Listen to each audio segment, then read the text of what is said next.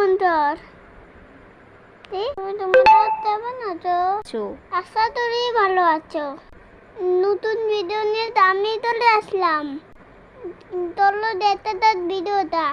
পরে মেদিনের মতো পরে পেঁয়াজ ধুয়ে নেব, তার ধুতে নিয়ে কড়াই তেল দিব, পেঁয়াজ গাজর, সামান্য হলুদ, পরিমাণ মতো নুন দিয়ে ভেজে নেব।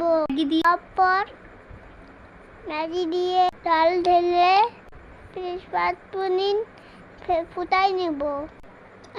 না তুলে তেতনাটা। तू ही अखियों की ठंडक, तू ही दिल की है दस्तक। আমি নিজেই হয়ে গেলাম ম্যাগি।